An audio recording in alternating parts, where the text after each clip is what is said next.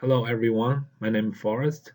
Today I'm gonna talking about sustainable urban development on Direction 1, People-Centered City, and my research direction is on housing issue. First of all, thanks for your listening, and let's start it. Since 1995, Sydney's population has grown from 3.4 million to 4.7 million, and expected to reach 6.4 million by 2036, increasing 2.7 million population since 2011. Since 1909, in order to address the stress of growing population, 10 essential planning and control strategies were proposed, which influence Sydneysiders' daily life and resolve the challenge we are facing. From 2010, Sydney first introduced the Mature Planned Plan for 2036, which aims steadily improving equality and shifting benefit from Sydney East to West. More importantly, that strategy provides Sydney West suburb more infrastructure and living facilities, and get it ready to facing future population growth challenge. In 2018, Sydney Resilience Strategy was planted. This strategy indicates that Sydney, as a major city in the world, must improve its ability to face all kinds of challenges. Sydney is now rapidly growing in almost all aspects. Accompanied with those growths, Sydney is becoming Australia's most unequal city. Housing price is becoming increasingly unaffordable, stimulated by economic growth and overseas investment. During past decades, Sydney property median price increased by 68%. Housing quality and affordability is becoming a major challenge on building our resilient city. Sydney is one of the least affordable cities in the world. The median multiple is 12.2, which is way higher than 3 to 4 alert line. In average, Sydney households spending 28% of total income on accommodation, which is very close to 30% rental stress threshold, which means majority of Sydneysiders have limited means against sudden emergency or economic downturn.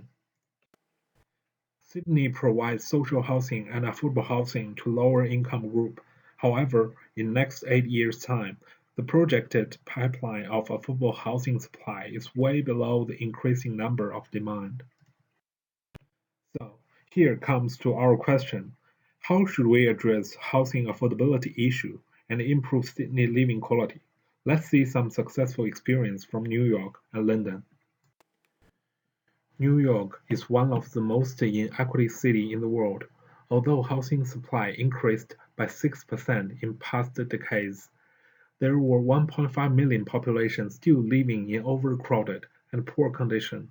In 2016, Mayor Bill de Blasio introduced an aggressive policy on affordable housing development.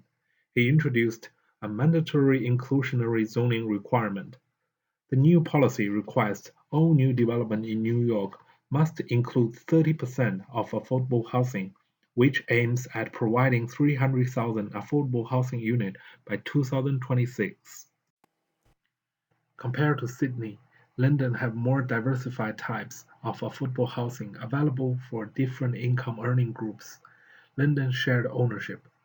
In 2016, London introduced an innovative way of giving middle-income earners an opportunity to purchase their own home. It works in following way: buyers purchase a share of property and pay rent on the remaining share, and the home buyer are entitled to purchase more shares of the property once they can afford them. This London affordable housing scheme successfully diverse different income groups and also broadened the boundary of people who can share the benefit. Mid-income class are always believed as less vulnerable party compared to lower income group. However, they also enjoyed London share ownership policies, which in other hand indicated affordable housing is not the housing just for low income group anymore. The housing affordability issue is challenging more stakeholders of our society. Nowadays, increasing number of young professionals are struggling on housing. It is also important to benefit this group.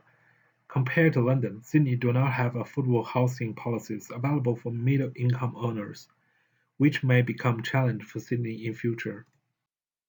Here I got some recommendation for Sydney. First is review existing policies. The affordable rental housing strategy is first introduced in 2009. Income and social group are changing dramatically in past decade. Those policies need update and review. Secondly, Sydney should learn from New York and London, providing innovative and diversified policies. Thirdly, the society should change the view on affordable housing. It is already proven in London that affordable housing is no longer for lower income group only. Lastly and most important is education. Government, community, organizations, developer, investor, and individuals should work and learn together, make sure all stakeholders obtain same level of understanding to our goal, which I believe is way more efficient on delivering affordable housing than just introducing some incentive policies to specific group. Thanks for your listening.